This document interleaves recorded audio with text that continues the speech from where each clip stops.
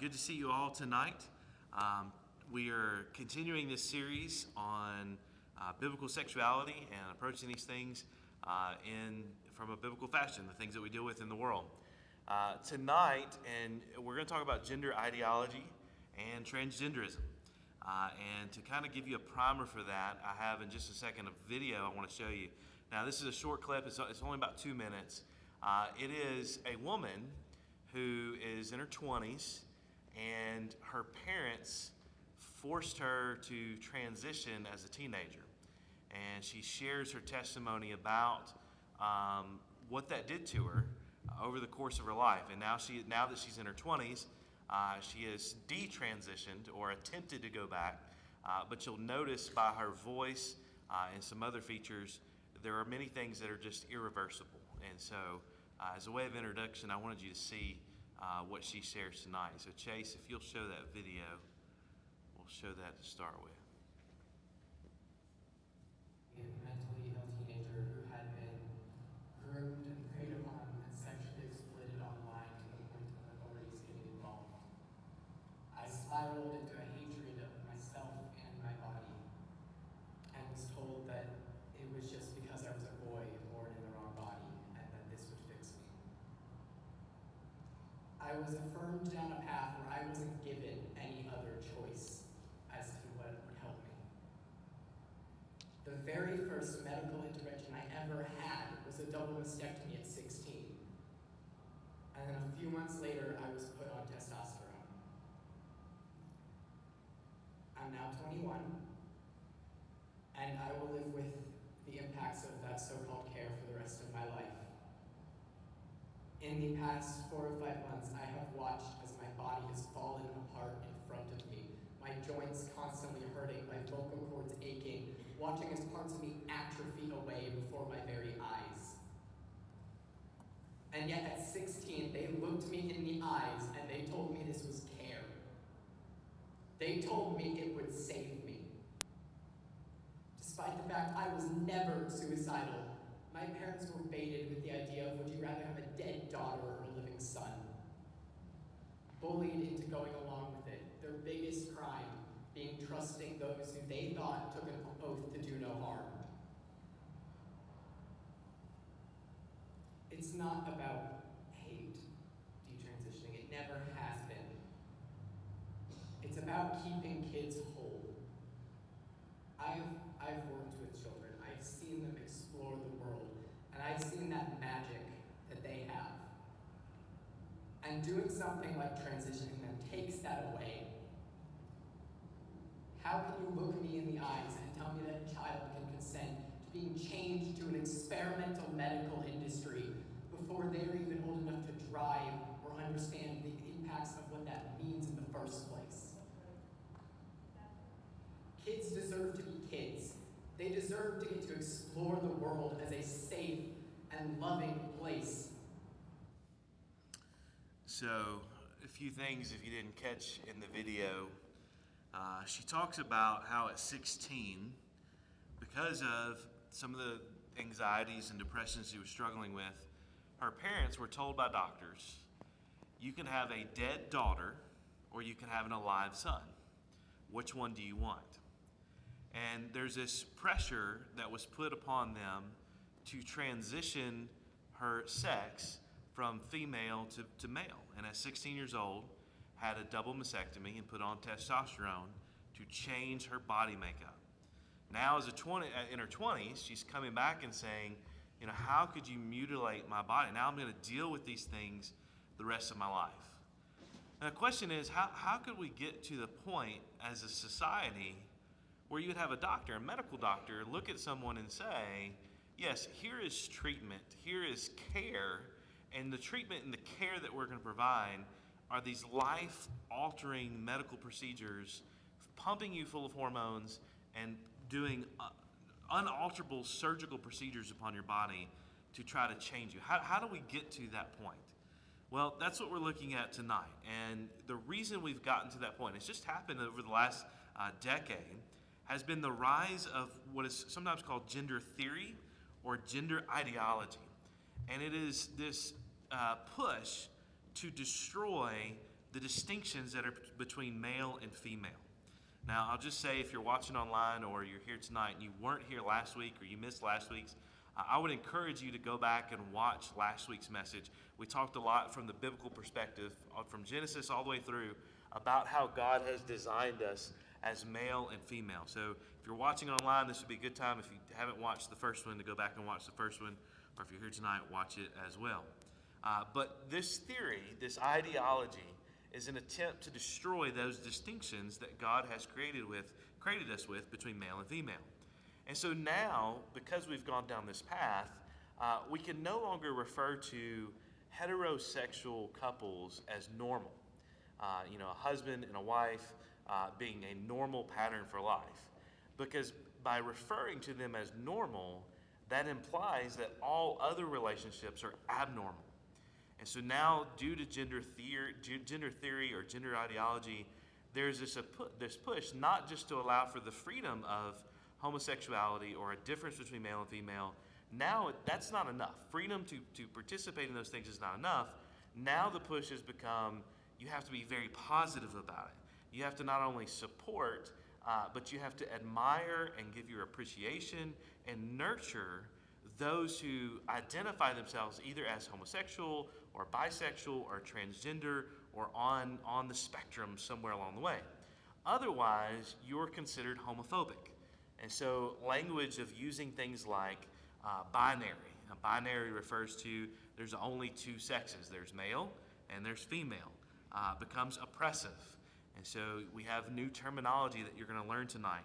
Things like cisgender. So if you're considered a cisgendered person, you identify with the sex that you were born with. And so you're either cisgendered or you're otherwise.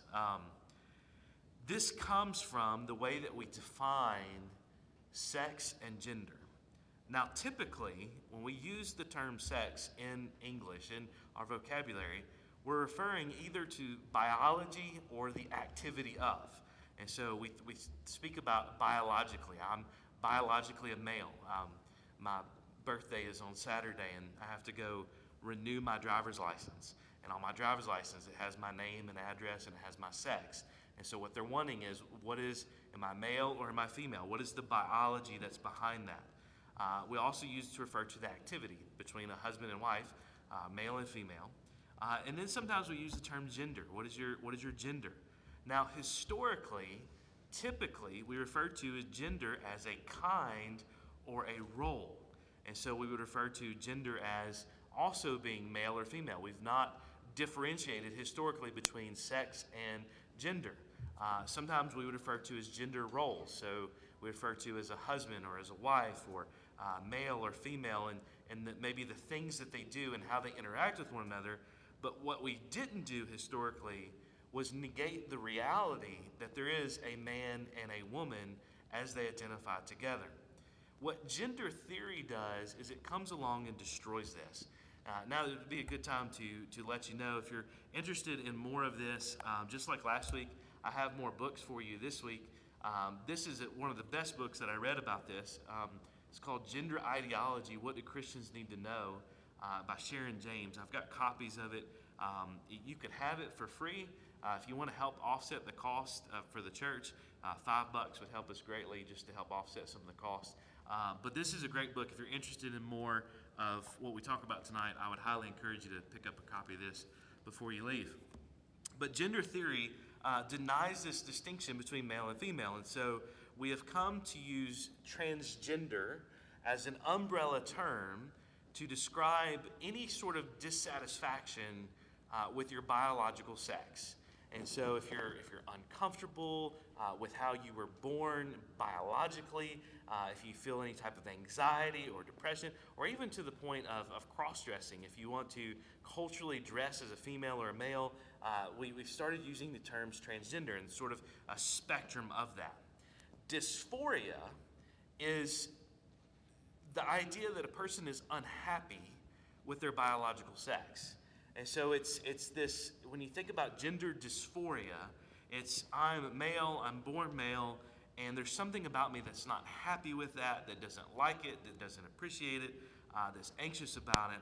What's interesting is up until 2013, so just 10 years ago, it was identified by American Medical Associations as gender identity disorder, not dysphoria, but disorder. It was recognized up until 2013, or actually up until 2018, as a mental disorder. And so up until just 2018, we considered this a mental disorder, that there was something mentally wrong with the person who had one biological physiology in their body, but mentally wrestled with anxiety or an anxiousness or depression about how their gender identified towards them. All of that changed, started to change in 2013, finally became a change in 2018, when we moved away from the term disorder to begin talking about dysphoria, sort of like a discomfort or a disassociation with your gender. And so now, instead of treating it, and we're going to talk about treatments, how this should be treated later on, instead of treating it the appropriate way, now the treatment has become about celebrating it to the point of having life-altering surgeries and hormones injected in you to change your biology, or to attempt to change your biology. And so the treatment of this mental disorder has moved away from what I would call an appropriate treatment to supporting socially these transitions, anywhere from, like you saw in the video a few minutes ago, giving females testosterone or men estrogen, to performing surgeries, drastic surgeries. And you have to understand, these things are life-altering surgeries. These are not things that you can just go back and forth to. These are life-altering surgeries that mutilate the human body when they are performed on a person. Now, a lot of people wrestle with the cause of this. Statistically, it's mainly girls. There are, from culture and other things, there are boys who attempt to transition to female, or males attempt to transition to female. But the vast majority of these, statistically speaking, are females attempting to transition to a male. They call it rapid onset dysphoria. And there's really no one can really put a real strong finger on why this is taking place, although we have a pretty good clue that it's because of what's called social contagion. So we're going to get into that tonight in just a little bit. Now, I know some people are going to ask, well, what about intersex people? So typically, biologically, one of the reasons that we cannot fundamentally change who we are is because at a DNA level, you start getting down to your chromosomes. It is a biological fact that females have two X chromosomes and males have an X and Y chromosome. Now sometimes, very rarely, 1 in 5,000 births, you have what are known as intersex people. So you may have someone that's born with two X chromosomes and a Y chromosome. But the point is, they still have a Y chromosome, making them a male. And more often than not, in these very rare cases, they're more than relieved to be able to identify with their correct biological sex. What I hope you walk away with at the end of tonight is two things. One is, it is impossible to change your sex. You just cannot do it. You can pretend, you can have life-altering surgeries, but you cannot change your sex. The other thing is this: I hope you recognize God's good design in creating us male and female. So let's look at gender theory first, and then we're going to look at a biological response, or a biblical response to this. And biological, biblical, mouthful. Anyways, so gender theory, where in the world did it come from? Well, in 2007, a group of quote-unquote human rights experts gathered together in Indonesia to discuss human rights issues. And they came across a few principles that they decided should be a human right in every nation. Now, this is one of the things we're going to get into more next week, but you need to understand the language that's being put behind this. So with homosexuality, it was pushed that gay is the new black. And the reason why that was because if they could make homosexuality about a civil right issue, there were all sorts of protections that were provided by the law that allowed them to be able to push that through. And so it became, like the 1960s, the way that we did civil rights, there was a push to make homosexuality the new civil right, or gay is the new black. When it comes to these transgender gender theory, it's the same idea. There are all types of worldwide laws that are put into place that deal with human rights. In other words, you can't commit genocide, you can't have cruel and unusual punishment. And so when they gathered together in Indonesia in 2007, they said, look, we're going to make this a human right principle that should be pushed for every nation in the world. And it was adopted by the United Nations and the European Union, of which we belong to the United Nations. And so one thing was that sexual orientation should be protected as a human right all over the world. Now, that sexual orientation is what we looked at last week. It's the idea of preference. Who do you prefer to sleep with? Who do you prefer to have sex with? Or who are you attracted to? The other one is gender identity. Now, gender identity is this idea that what you have biologically, what makes up your body, is different from how you feel internally or deeply feel internally about who you are, about how, and that may be experienced or expressed by your biological sex, or it may be something different. And so they put forth this idea, and it began to spread around the world. Inherent to their proclamation of human rights, there were a few things that were immediately identified as discriminatory. And if you work in government or in governmental roles and you've been to some of these meetings about how to handle this, you may recognize some of these things. But one of the things that was identified as discriminatory is the idea that marriage is between a man and a woman only. So if you believe that marriage should only be between a male and woman, you're considered a bigot. You're considered discriminating against a person the same way you would discriminate against their religion or their biological sex or any other way. The idea that sex was only for marriage, that it only should be for those that are married between husband and wife, is now considered discriminatory. The idea that children have the right to know both their mother and their father is considered discriminatory. Why? Because if your gender identity no longer has to match your biology, then now you can push two females having children together, or two males having children together. Or I saw in the news this past week, in the United States, there is now the second case of a throuple. If you don't know what a throuple is, it is three people, of three homosexual males attempting to adopt a child. And so they're going to court to see if they can identify all three males as this child's fathers. Three fathers, no mothers. And so if you're going to push that, then children knowing who their father and mother is considered derogatory, discriminatory, because who are you to say they should have a father and a mother? And then the idea that we're made in male and female is considered discriminatory. Well, where does this come from? Well, this is where, if you have your little handout, this is going to help you. Here's what gender theory teaches. It essentially teaches that it takes you ever seen little gingerbread cookies? So it takes a gingerbread person and uses it to identify these traits. So again, sexual orientation would be your preference, what you identify, what you romantically desire. Gender identity would be that deeply felt internal feeling that as an individual you experience, and it may or may not correspond to your biology. So they take a gingerbread person and they break up the anatomy of this person and say, look, this gingerbread person is made up of different parts. You have their sex, which includes their body parts. So penis and a vagina and their different body parts that they have. It includes their hormones. Males have more testosterone, female have more estrogen, and includes their chromosomes, so 2X, XY. So their sex would be their biological person. But then they would say, well, then they have their gender identity. And their identity is their sense of self, who they feel to be.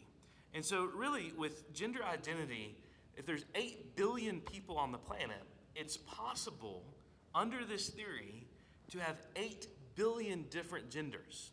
This is why you see things like Facebook now has over 60 genders that you can identify as, and people asking for different pronouns, not just him and her, but things like tree and they and them, or the non-identifying being like Zai and Z and those type of things, because they've separated biology, who you are biologically, from who you feel yourself to be.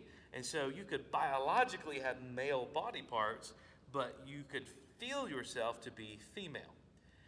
Then they go on to say your gender expression. So your gender expression would be how you present yourself. And lots of this has to do culturally. So in our culture, typically, men have short hair, they wear pants, they have facial hair, they don't shave their legs. So they would say your gender expression, you may be a female, but you express yourself as a male. And so you shave your face, you cut your hair short, you don't shave your legs. Those would be gender expression type things. And then you have attraction. Attraction would be who you are romantically attracted to, male or female. So it's possible to have all sorts of combinations of a man who identifies as a woman, but is also identified as a woman, so they're sort of like a transgender or lesbian. But they've divided out all these aspects of a person. Now, from a biblical standpoint, I'm just going to give you a preview. This is absolute chaos and makes no sense whatsoever. But if you're trying to grapple with what is the ideology or what are the thoughts or the worldview that's behind why a person can do this or why a doctor can recommend this, this is the theory that they've bought into, that these things don't match and they don't line up, and therefore there are other things that are possible. Now, in order to do that, it makes a lot of false claims. So one of the false claims it makes is that binary is bad. You'll hear this a lot. You're just a binary person. So binary would be that there are only two sexes, there are only two genders. You have male and you have female. You're either male or female. Now, what's interesting about this claim is that binary is bad, is that they then go on to define LGBTQ plus through binary differences, right? So how do you know you're a lesbian? Well, I'm a female who likes females.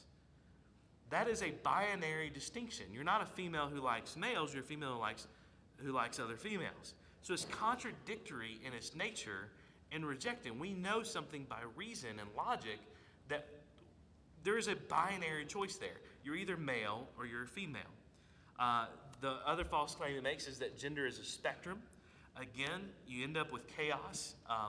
If this is true, that would mean it would be possible to have 8 billion genders. I mean, in other words, I could feel one way, you could feel one way, this person can feel one way, and we know that just leads to chaos. Another false claim that leads to is that boy and girl are social constructs. And we really just look at reality. I mean, for this, you look at reality and you cannot, once you examine reality, you realize that God has biologically made us either boy or female. These are not social constructs. These are not things that we have invented. It just matches the reality. There are biological differences that are just real. And then, again, the idea that all have a gender identity that is individual to them. Now, we would certainly say that every culture has gender roles that they identify. So one of the great examples that I heard is if you've ever watched Braveheart with William Wallace, those guys are wearing kilts. We would not wear kilts because we would say that those are men wearing dresses.